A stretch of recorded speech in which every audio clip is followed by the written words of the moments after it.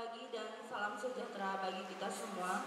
Terima kasih dan selamat datang saya ucapkan kepada hadirin undangan sekalian, karena kita semua dapat berkumpul di aula Rumah Sakit Islam PKU Muhammadiyah Palangkaraya ini dalam keadaan sehat walafiat, dan kita akan memulai acara kita pada hari ini, yaitu acara tabletop exercise atau TTX, kesiapsiagaan rumah sakit dan masyarakat dalam kedaruratan dan bencana.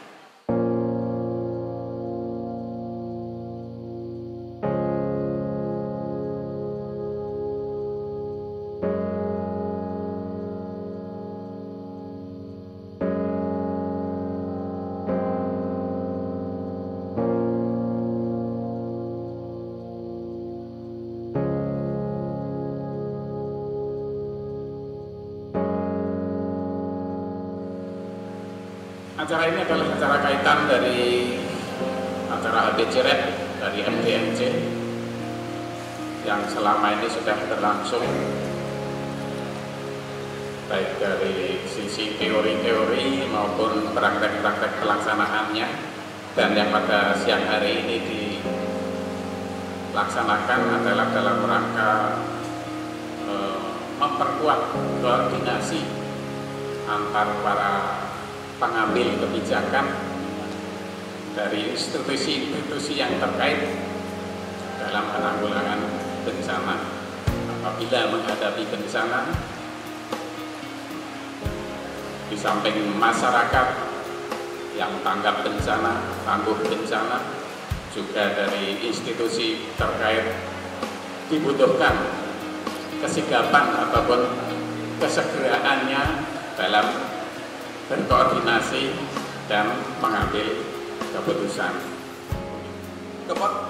Bapak Wali Kota beberapa waktu yang lalu mengapresiasi Pak Direktur. Jadi untuk kesekian kalinya ini perlu saya sampaikan bahwa Pak Budi juga, alhamdulillah Pak Wali Kota sangat mengapresiasi inisiasi dari Muhammadiyah, terutama Lembaga Penanggulangan Bencana, mulai dari gedung Muhammadiyah sampai ke Kota Palangkaraya.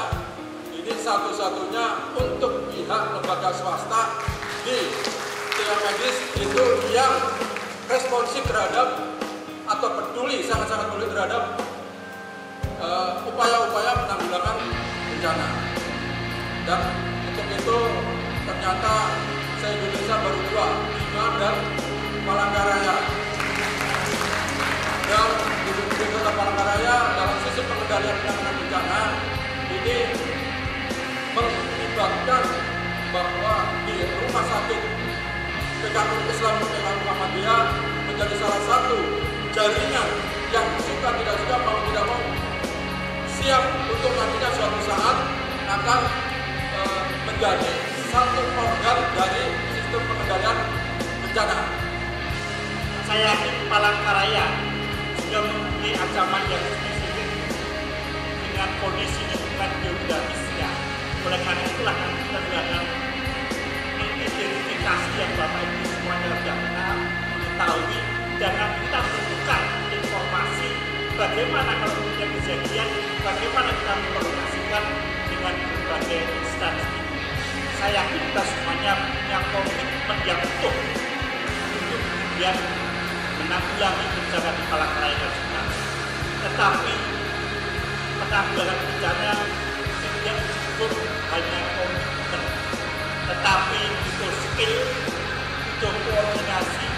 Ini menjadi sesuatu yang terus dalam itulah terima kasih pada pihak Rumah Sakit Islam Muhammadiyah yang telah memberikan fasilitas, kepada Ibu Bapak hadirin dari berbagai instansi yang telah hadir dan akan memberikan informasi, Ibu Bapak sekalian para pelaku dalam bencana dari rumah sakit maupun dari masyarakat yang akan bekerjasama dalam hari ini dalam bulan Maret dan tetap selesai, karena kita ada bulan kerja itu, tapi sesuatu jangan diabaikan, dan kita besok akan melakukan gladi keterampilan atau skill build yang merupakan tahapan-tahapan yang kita lalui. Sehingga nantinya pada bulan mendatang kita akan melakukan simulasi, baik simulasi pengumuman maupun nanti simulasi posko maupun sampai simulasi sebenarnya dari berbagai bencana yang mungkin terjadi di Palangkaraya.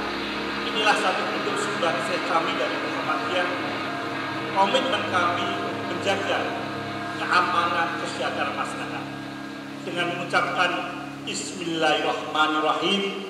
Gladi luar tabletop exercise, kesiapsiagaan rumah sakit dan kesiapan masyarakat dalam kedaruratan bencana saya nyatakan dibuka. Kurang lebihnya mohon maaf. Assalamualaikum warahmatullahi wabarakatuh.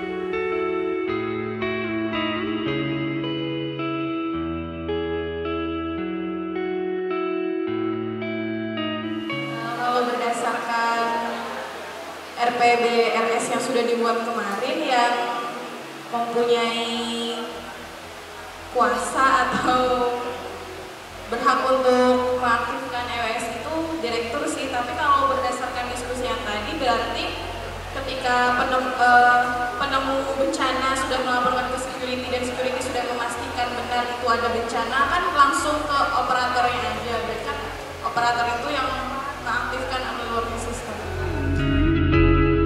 Terima kasih. Kemungkinan pertama yang kita lakukan sebagai petugas tidak panik dulu ya Mbak ya. Tidak panik, kemudian memberikan laporan kepada pasien dan keluarga bila ada terjadi bencana, kemudian kita lakukan evakuasi bawa pasien ke titik yang aman.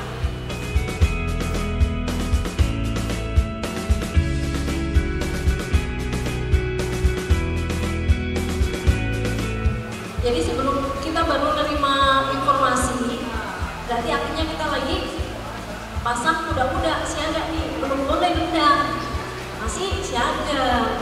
Belum boleh disuruh evakuasi, turun siaga. Wah, kita harus siap. Ya, siap dulu.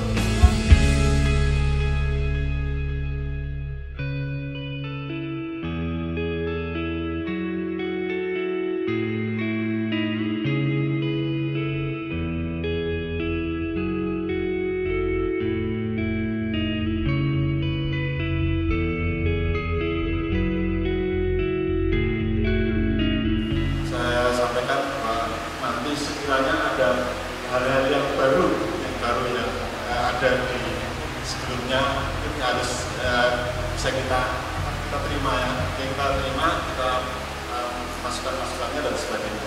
Kemudian sebelum masuk ke move 2, saya kira mungkin ada masukan dari Mas Danang. Untuk move 1 Mas Danang.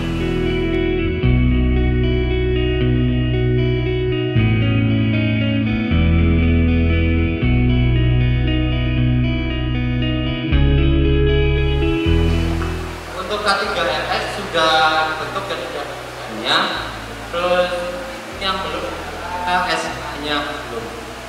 Ya, kita tanda tangan direktur SK untuk kali. Saya berkeyakinan begini, kita tidak semua mengerti tentang penggunaan peralatan pemadam. Apakah itu namanya APAR yang ringan merah dan berapa waktu dia kadaluarsa. Jadi ini yang harus dikontrol. Jadi penggunaan APAR mungkin 6 bulan sudah mati, lebih-lebih kalau memang dia tidak pernah diguncang misalnya. Jadi begitu datang kejadian bencana pada waktu kita tarik kita tarik fan-nya, itu mungkin jangan-jangan pas kita tekan nggak berlaku. Karena apa? Karena tidak ada pemeliharaan. Jadi ya expired. Jadi pemeliharaan APAR itu memang tetap harus diperhatikan berapa bulan nantinya, kan itu. Jadi demikian juga para pengguna. Lebih-lebih kalau orang sudah melihat api, itu sudah jelas panik duluan daripada kita akan bekerja. Keselamatan ya Pak. Berarti nanti bisa kita untuk di MOU bisa kita tegaskan poin-poin kerjasamanya. Bisa bantu. Di rumah sakit Doris itu sudah tersedia di tiap ruangan dan unit itu ada APAR dan helm sebagai panduan untuk kita apa yang harus kita evakuasi. Ada 4 helm yaitu warna merah untuk pemegang APAR. Jadi dia sebagai petugas yang akan yang mengoperasikan APAR untuk kedua itu helm biru, itu evakuasi pasien.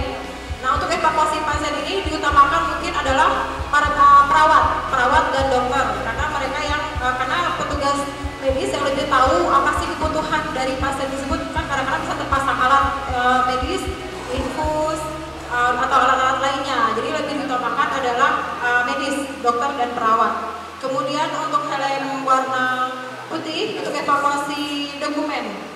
Nah, apa-apa saja arsip-arsip. Kemudian yang warna kuning itu untuk evakuasi alat medis, ya, barang-barang medis yang penting, yang terutama mungkin yang harganya mahal. Nah, itu yang harus lebih diutamakan. Nah, nanti kan di rumah sakit kan sudah ada ditentukan di titik evakuasi, titik kumpul itu nanti harus disosialisasikan kepada seluruh karyawan rumah sakit. Dia per area, kan di masing-masing kumpul ada per area. Jadi daerah mana dia, misalkan daerah UGD dia harus ke arah mana, kalau misalkan laboratorium dia harus ke arah mana. Jadi mereka tidak mencari titik kumpul yang terjauh, tapi yang terdekat dengan areanya masing-masing, dan itu harus ada tanda jalur evakuasinya. Jadi sehingga bisa sebagai panduan dari seluruh karyawan dan orang-orang yang ada di rumah sakit untuk bisa segera menuju tempat titik kumpul. Terima kasih. Seandainya gas medin ini terbakar, ada kebakaran di gas medin dan dia harus mematikan listrik, apakah seluruh rumah sakit itu mati lampu? Ya, blok. Berarti ada beberapa blok yang dia mati lampu, yang lainnya masih berjalan normal. Betul? Layanan yang lainnya masih berjalan normal. Hanya blok-blok itu tertentu saja. Betul. Kebakaran yang terjadi mungkin penyebabnya apakah itu listrik atau bukan, tapi kalau disebabkan oleh listrik, kemungkinan untuk proteksi untuk mini circuit breakernya, MCB-nya itu dia biasanya berfungsi. Jadi apabila ada short, otomatis dia trip. Jadi lokalan itu udah putus dengan sendirinya. Nah, api bisa terjadi apabila masih ada sisa-sisa bakaran, itu mungkin bisa menjadi api yang besar, tapi untuk listriknya mungkin sudah aman di lokalan itu. Putus. Nah, cuman kalau misalnya belum putus, artinya langkah yang harus dilakukan menginventarisir mana-mana pembatas yang ada di lokasi kebakaran. Artinya di situ ada mini circuit breakernya untuk dipadamkan. Biasanya seperti itu. SOP yang sudah berjalan selama ini di Dinas Pemadam Kebakaran ketika masuknya informasi atau pengaduan masyarakat tentang terjadinya kebakaran, maka yang kami lakukan adalah pertama kami menghubungi PLN untuk mengamankan area tersebut dari aliran listrik. Yang kedua menghubungi pihak kepolisian untuk mengamankan area sekitar TKP. Ketika kami bergerak dengan armada kami, otomatis TKP itu harus clear and clean dari masyarakat dan sebagainya yang menghalangi, sehingga mengurangi terjadinya benturan-benturan fisik ketika armada kami masuk ke dalam. Yang berikutnya tentu kami menghubungi pemadam BPK Balakar atau Swakarsa yang ada di sekitar area itu sendiri.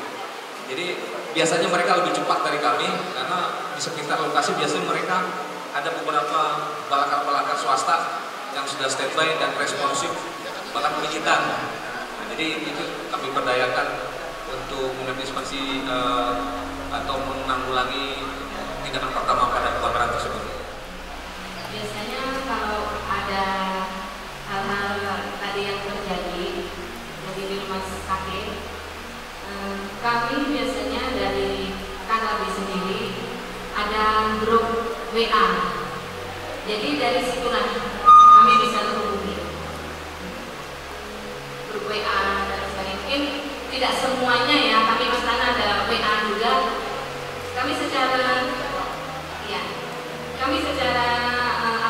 individual bersama, mungkin lewat telepon ataupun apa, maka dari itu setiap keanggotaan kami, kebagusan kami ada data nama-nama orangnya, alamat dan serta nomor telepon masing-masing. Jadi tinggal mempermudah kami untuk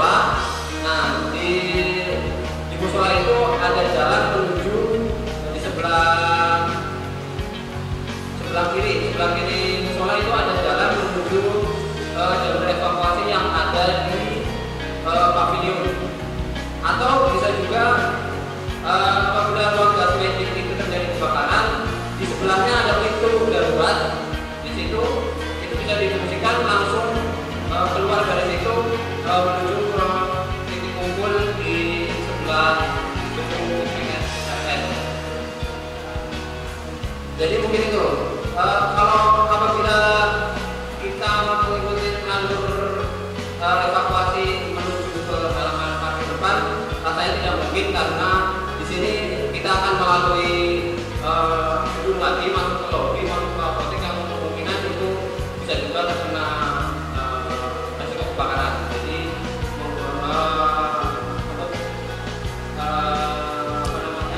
titik kumpul adalah menggunakan yang di pavilion dan di ruang ibadah.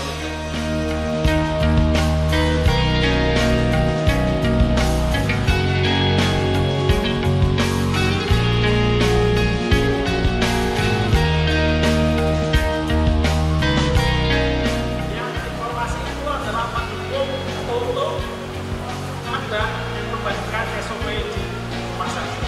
Saya kira itu adalah yang sangat positif sekali. Dan kita berikan tepuk tangan kepada Bapak Ibu sekalian yang telah berkenan berusaha sampai dengan menjadi luar biasa.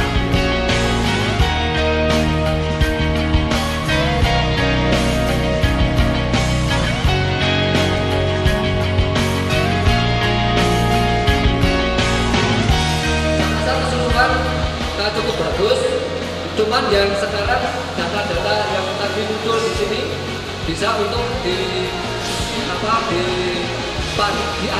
ya.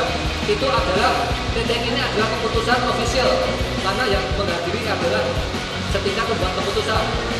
Tadi Bu Iin sudah punya menyampaikan kekurangan-kekurangan dari substansi dengan apa yang kita miliki, semoga bisa diperbaiki.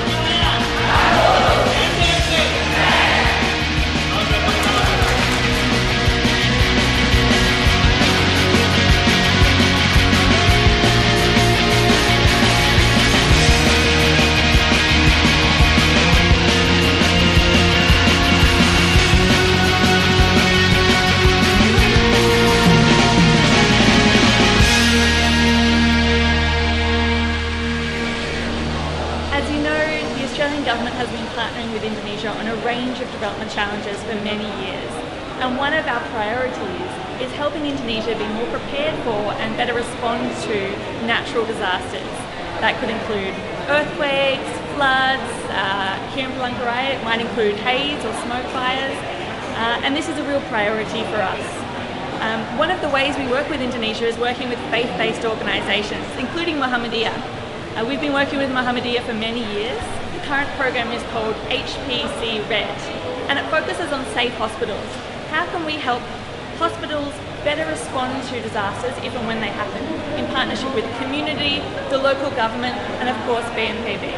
So it's a wonderful opportunity to be here today to participate in the tabletop exercise that Muhammadiyah has organised in collaboration with the local hospital, and to see all the good work from the past year really come to fruition. It's a great partnership. We love working with Muhammadiyah, and we hope that this partnership continues long into the future. Hafiz Red, tanggung, MDMC, keren.